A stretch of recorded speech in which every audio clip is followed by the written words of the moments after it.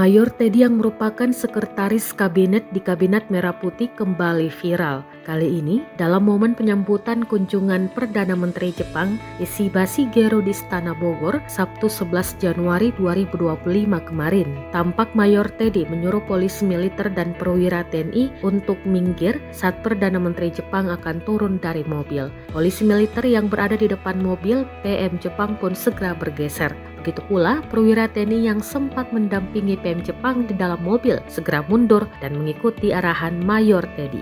Aksinya pun menjadi sorotan dan menuai berbagai komentar dari warganet. Diketahui kedatangan Perdana Menteri Ishiba ke Indonesia dalam rangka kunjungan resmi yang berlangsung selama 2 hari, yaitu tanggal 10 hingga 11 Januari 2025 kemarin.